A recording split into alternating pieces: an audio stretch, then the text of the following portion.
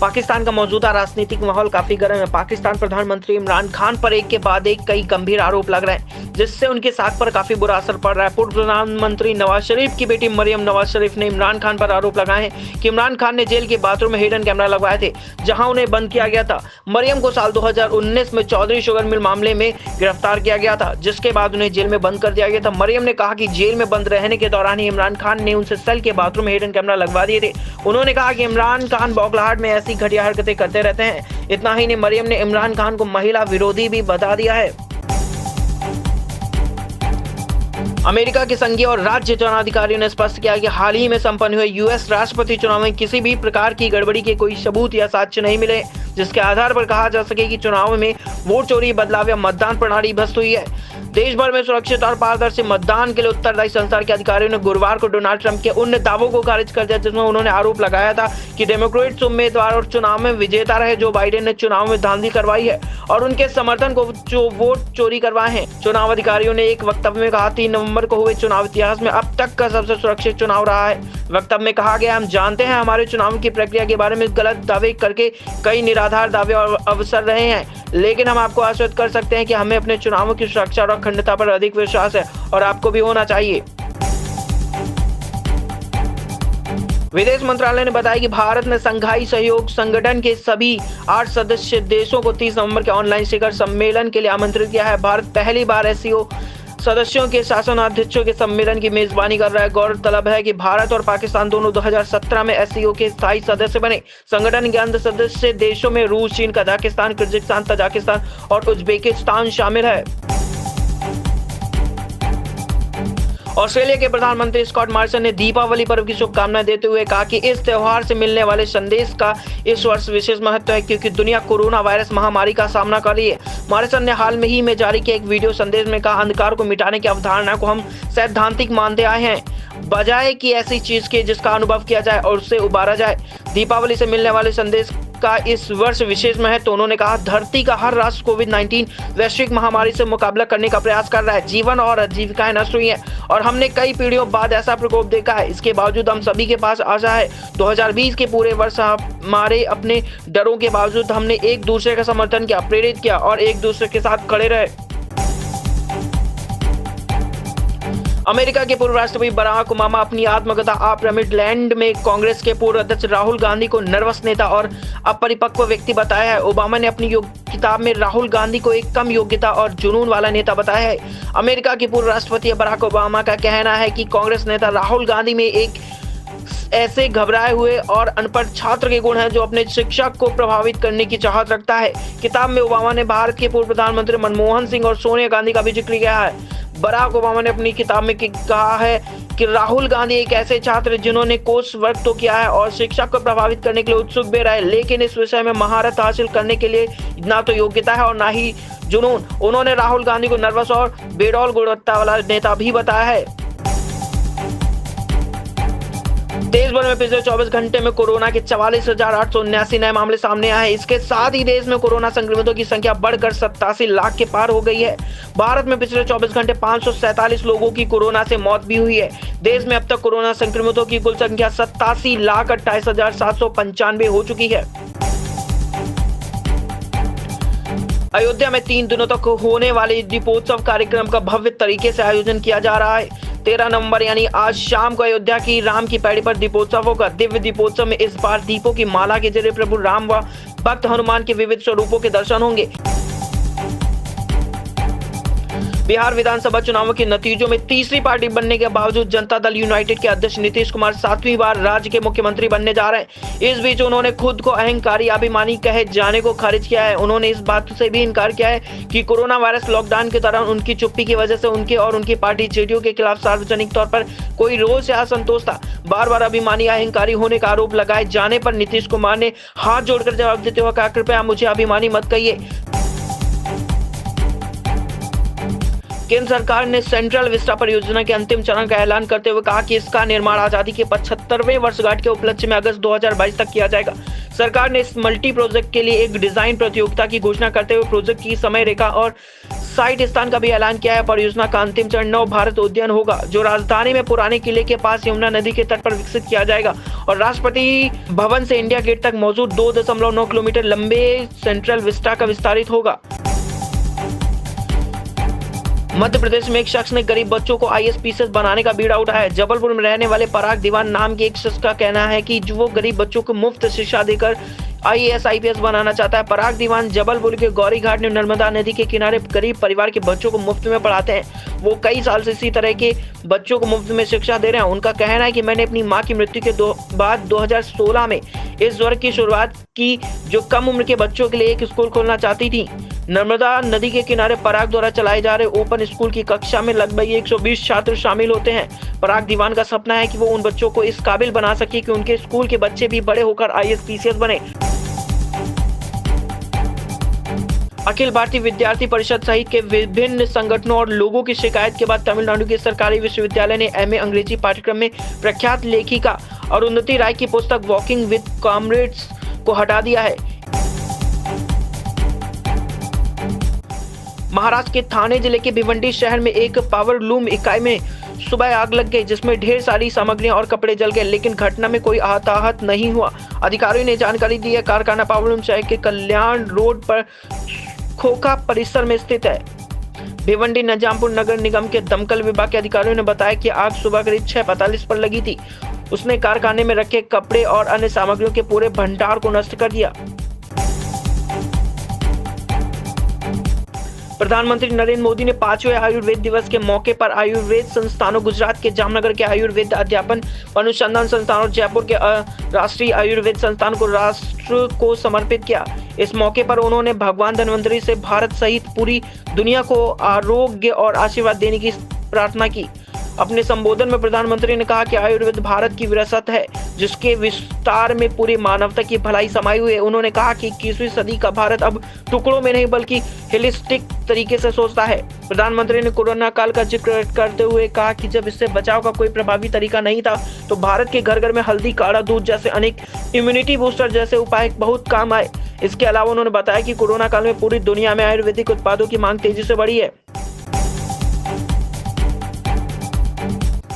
दिल्ली के मुख्यमंत्री अरविंद केजरीवाल ने दिवाली से एक दिन पहले डिजिटल प्रेस कॉन्फ्रेंस कर कहा कि राष्ट्रीय राजधानी में कोरोना वायरस के बढ़ते मामलों की एक बड़ी वजह प्रदूषण है। उन्होंने कहा इसका ठीकरा पड़ोसी राज्यों पर भी फोड़ा और कहा कि पराली जलाने की वजह से पूरे उत्तर भारत में प्रदूषण फैल रहा है। उन्होंने कहा कि पराली जलाने की वजह से पूरे एक महीने तक उत्तर भारत, पंजाब, हरियाणा, उत्तर प्रदेश और दिल्ली में धुआं ही धुआं होता है। उन्होंने कहा कि पिछले 10 से 12 सालों से हर साल अक्टूबर और नवंबर में पराली जलने की वजह से पूरा उत्तर भारत परेशान रहता है। आप नेता ने दिवाली की शुभकामनाएं देते हुए कहा कि पराली की समस्या से किसान भी परेशान रहते हैं, लेकिन अब ऐसा नहीं होगा क्योंकि पूरा एग्रीकल्चर इंस्टीट्यूशन ने इसका समाधान निकाला है। सीएम ने कहा कि वहां के वैज्ञानिकों ने ऐसा बायोडिकम्पोजर बनाया है जिसका घोल बनाकर छिड़कने से पराली 20 दिन के अंदर गल जाती है और खेतों में खाद बन जाती है। सीएम ने कहा कि दिल्ली सरकार ने दिल्ली 2000 एकड़ कृषि भूमि पर इसका छिड़काव करवाया है।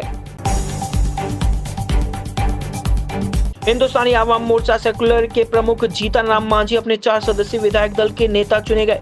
मांझी के यहां स्थित आवास पहुंचे हम के सभी नवनिर्वाचित विधायकों ने पूर्व मुख्यमंत्री को पार्टी विधायक दल का नेता चुना। बिहार विधानसभा चुनाव में पार्टी के बेहतर प्रदर्शन को लेकर हम के नेताओं और कार्यकर्ताओं द्वारा मांझी को सम्मानित किया गया। मांझी निवर्तमान विधानसभा में हम के अकेले विधायक हैं। मांझी ने कहा कि हम एक बार मुख्यमंत्री बनने के बाद वह नीतीश कुमार के नेतृत्व वाली नई सरकार में मंत्री नहीं बनेंगे। बाद में पत्रकारों से बातचीत में मांझी ने कांग्रेस के नवनिर्वाचित विधायकों को राज्य की प्रगति के लिए एनडीए में शामिल होने की सलाह दी। उत्तर प्रदेश के मुख्यमंत्री योगी आदित्यनाथ जब भव्य दीपोत्सव मनाने के लिए पहुंचेंगे तो अयोध्या को अंतर्राष्ट्रीय हवाई अड्डे समेत दिवाली के कई उपहार मिलने की संभावना, 1 दर्जन से अधिक विकास परियोजनाओं की घोषणा होने की संभावना है। सरयू नदी पर 5,51,000 दियों से सजाया जाएगा भगवान राम, देवी सीता और लक्ष्मण के वेश में कलाकार पुष्पक विमान से तट पर उतरेंगे तथा राज्यपाल आनंदीबेन पटेल और मुख्यमंत्री उनकी अगवानी करेंगे। बिकरू कांड में निलंबित हुए तत्कालीन एसएसपी अनंत देव शुरू से ही सवालों के घेरे में रहे। चौबेपुर एसओ पर कार्रवाई से बसना और जय वाजपेयी से याराना उन्हें ले डूबा। इतना ही नहीं, विकास दुबे पर भी उन्होंने खूब नरमी दिखाई। एसआईटी ने अपनी जांच में इस बात का भी जिक्र किया कि उन्होंने शहीद सीओ देवेंद्र मिश्रा की शिकायतों को नजरअंदाज किया। एसएसपी सीओ की शिकायतों को गंभीरता से लेकर एसओ पर कार्रवाई करते तो शायद आज पुलिसकर्मियों की जान नहीं जाती। अनंत देव करीब 2 साल तक शहर में एसएसपी रहे। बिकरू कांड के बाद उनकी परतें खुलना शुरू हुई हैं। सुख समृद्धि व वैभव के पर्व धनतेरस पर बाजार में गजब की धनवर्षा हुई। सुबह से धन की बौछार हुई तो देर रात तक होती रही। ऑफर स्कीम और डिस्काउंट की वजह से बाजार में खरीदारों की ऐसी भीड़ उमड़ी कि शहर छोटा पड़ गया। बाजार में मेले सा नजर आया। आस्था और उत्साह के आगे कोरोना के साथ महंगाई भी धराशायी थी कि धनतेरस के मौके पर सुबह से शाम तक बाजार का नजारा कुछ ऐसा रहा कि मानो शहर में मेला लगा हुआ है। डगरवा स्थित एफसीआई गोदाम में लाखों रुपए का अनाज घोटाला सामने आया है। शिकायत मिलने के बाद गोदाम की जांच कराई गई, जहां प्रति करीब 2.5 क्विंटल अनाज कम पाया गया। जांच को पहुंचे अफसरों से भी गोदाम कर्मियों ने वसूली कर अफसरों को बंधक बना लिया। आला अफसरों की दखल के बाद जांच करने वाले अधिकारियों को छोड़ा गया। गोदाम संचालक की मिलीभगत से लाखों रुपए के अनाज की ही हेरफेर की आशंका जताई जा रही है। भारतीय खाद्य निगम ने डगरवा में किराए पर गोदाम लिया है। देखरेख एवं रखरखाव की जिम्मेदारी संचालक की है। यहाँ से प्रधानमंत्री गरीब कल्याण अन्न योजना एवं राष्ट्रीय खाद्य सुरक्षा अधिनियम के तहत निर्धनों में वितरित होने वाले खाद्यान्न का उठान होता है। उत्तर प्रदेश के मथुरा में यमुना एक्सप्रेस पर दर्दनाक हादसा सामने आया है। यहाँ आरटीओ चेकिंग के दौरान खड़ी बस में एक टैंकर घुस गया। दुर्घटना में बस में सवार 2 यात्रियों की मौके पर ही मौत हो गई।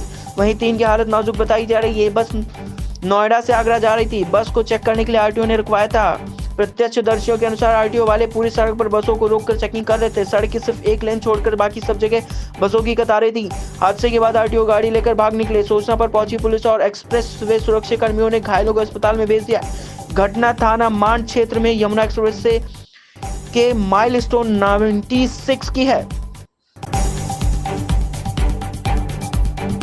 कप्तान विराट कोहली की अगुवाई में भारत की 25 सदस्यीय टीम ऑस्ट्रेलिया के 2 महीने के दौरे के लिए सिडनी पहुंच गई। टीम इंडिया को शहर के बाहरी क्षेत्र में 14 दिन तक पृथकवास पर रहना होगा, लेकिन इस बीच उन्हें अभ्यास करने की अनुमति होगी। भारतीय टीम के साथ इंडियन प्रीमियर लीग में खेलने वाले ऑस्ट्रेलियाई स्टार जैसे David Warner, Steve Smith, PAT Cummins आदि भी यहां पहुंचे। न्यू साउथ वेल्स सरकार ने भारतीय टीम को 2 सप्ताह के पृथकवास के दौरान अभ्यास करने की अनुमति दे रखी है। भारतीय team black town international sport park में अभ्यास करेगी, जिसे चैफ सुरक्षित स्थल के रूप में भी तैयार किया गया है। भारतीय क्रिकेट टीम के विश्व कप विजेता पूर्व कप्तान कपिल देव ने एंजियोप्लास्टी से गुजरने के 2 सप्ताह बाद गोल्फ के मैदान में वापसी कर खुशी जताई। क्रिकेट को अलविदा कहने के बाद से कपिल शौकिया तौर पर गोल्फ खेलते हैं। इस 61 साल की पूर्व दिग्गज हरफन मौला ने कहा कि चिकित्सकों मंजूरी मिलने के बाद वे जल्दी ही गोल्फ खेलना चाहेंगे और गुरुवार को उन्हें दिल्ली गोल्फ क्लब में खेलते हुए देखा गया। भारतीय क्रिकेटर कुणाल पांड्या को मुंबई अंतर्राष्ट्रीय एयरपोर्ट पर डायरेक्टरेट ऑफ रेवेन्यू इंटेलिजेंस की टीम ने हवाई अड्डे पर रोक लिया। डीआरआई के सूत्रों की तरफ से दी गई जानकारी के मुताबिक कुणाल के पास से अघोषित सोना और कुछ अन्य कीमती चीजें मिली हैं। बता दें कि ऑलराउंडर कुणाल पांड्या आईपीएल 2020 के लिए यूएई में थे और चैंपियन मुंबई इंडियंस का हिस्सा थे। टूर्नामेंट के खत्म होने के बाद वे स्वदेश को लौटे हैं। गौरतलब है कि मुंबई इंडियंस ने लीग के फाइनल मैच में दिल्ली कैपिटल को 5 विकेट से हराकर लगातार दूसरी साल और 5वीं बार खिताब अपने नाम किया है।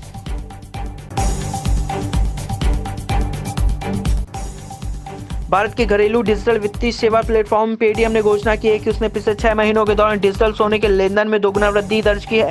इस वित्तीय वर्ष की शुरुआत के बाद से ही नए उपभोगकर्ताओं में 50% की वृद्धि और एवरेज ऑर्डर मूल्य में 60% की वृद्धि हुई है। इसके साथ ही प्लेटफॉर्म पर कुल लेनदेन की मात्रा 5000 किलोग्राम के माइलस्टोन को पार कर गई है। अयोध्या के दिव्य दीपोत्सव को भव्य मनाने के लिए उत्तर प्रदेश सरकार ने पूरी ताकत झोंक दी। दीपोत्सव में 5,51,000 दीप जलाकर नया रिकॉर्ड बनेगा, तो वहीं विभिन्न सांस्कृतिक और धार्मिक कार्यक्रमों की भी शोभा बढ़ाएंगे। आज सुबह से ही अयोध्या में राम मंदिर वाली दीपावली का उत्साह देखने को मिल रहा है। साकेत कॉलेज से मुख्य कार्यक्रम स्थल राम पार्क तक करीब 3 किलोमीटर निकलने वाली शोभा यात्रा की तैयारी शुरू हो गई है। विभिन्न प्रदेशों के कलाकार कलाओं का प्रदर्शन कर रहे सांस्कृतिक कार्यक्रमों से रामनगरी गूंजने लगी है। अंडे और सब्जियों के दाम बढ़ने से खुदरा मुद्रास्फीति अक्टूबर महीने में 6.5 साल के उच्चतम 7.61% पर पहुंच गई है। यह स्तर रिजर्व बैंक के संतोषजनक दाने से काफी ऊपर है। सरकार द्वारा जारी आंकड़ों के अनुसार इससे एक सप्ताह पहले सितंबर 2020 में खुदरा मुद्रास्फीति 7.27% रही थी। वहीं एक साल पहले अक्टूबर 2019 में 4.62% थी। खुदरा मुद्रास्फीति लगातार दूसरे महीने 7% से ऊपर रही। इससे पहले खुदरा मुद्रास्फीति का उच्च स्तर 8.33% मई 2014 में रहा था। सामान्य मुद्रास्फीति में वृद्धि मुख्य रूप से खाद्य कीमतों की वृद्धि के कारण हुई है। ड्रग्स केस में नारकोटिक्स नियंत्रण ब्यूरो की कार्रवाई तेजी से चल रही है। अर्जुन रामपाल के दोस्त पॉल बर्टेल को एनसीबी ने गिरफ्तार कर लिया है। अर्जुन रामपाल को भी 13 नवंबर के लिए सम्मन भेजा गया है। बॉलीवुड में कथित नशीली दवाओं के उपयोग की जांच कर एनसीबी ने बुधवार को लगभग 6 घंटे तक अभिनेता की गर्लफ्रेंड गैब्रिएला डेमेट्रियड्स से सवाल जवाब किए। गुरुवार को गैब्रिएला डेमेट्रियड्स ने दक्षिण मुंबई के बलाहार्ड स्टेट्स में एनसीबी के अंचल कार्यालय में उनसे पूछताछ की। वहीं अर्जुन रामपाल को भी तलब किया गया। बता दें कि अभिनेता के आवास पर सोमवार को छापा मारने के बाद एनसीबी ने अर्जुन रामपाल और गैब्रिएला डेमेट्रियड्स को बुलाया था। बॉलीवुड अभिनेत्री और कोलकाता नाइट राइडर्स की ओर से ऑनर जूही चावला दुबई से वापस मुंबई लौट आई। इस दौरान जूही चावला को एयरपोर्ट अव्यवस्था का शिकार होना पड़ा। उन्होंने ट्वीट कर इस पर गुस्सा जाहिर किया। जूही चावला ने एयरपोर्ट अथॉरिटी ऑफ इंडिया पर जमकर भड़ास निकाली। जूही चावला ने अपने ट्वीट हैंडल में एक वीडियो साझा किया। उनके पास कई लोगों की भीड़ है जो कि काउंटर पर लाइन में खड़े हैं। जूही चावला ने एयरपोर्ट अधिकारियों से अपील करते हुए कहा कि लंबे समय से यात्री यहाँ फंसे हुए हैं। उन्होंने इस पूरे घटनाक्रम को शर्मनाक बताया है। छोटे पर्दे का बड़ा शो कहने वाला बिग बॉस में इस बार भी कॉन्टेस्टेंट के अलग अलग अंदाज नजर आ रहे हैं। बिग बॉस में करीब करीब हर बार कुछ ना कुछ ऐसा होता है जिसकी वजह से शो चर्चा में रहता है। अब इस बार शो के कंटेस्टेंट ने एक अभिनेत्री को प्रपोज किया। हालांकि बिग बॉस में प्यार और तकरार कुछ नया नहीं, लेकिन ये प्रपोजल शो के कंटेस्टेंट राहुल वैद्य ने उस अभिनेत्री को किया है जो इस शो में मौजूद नहीं।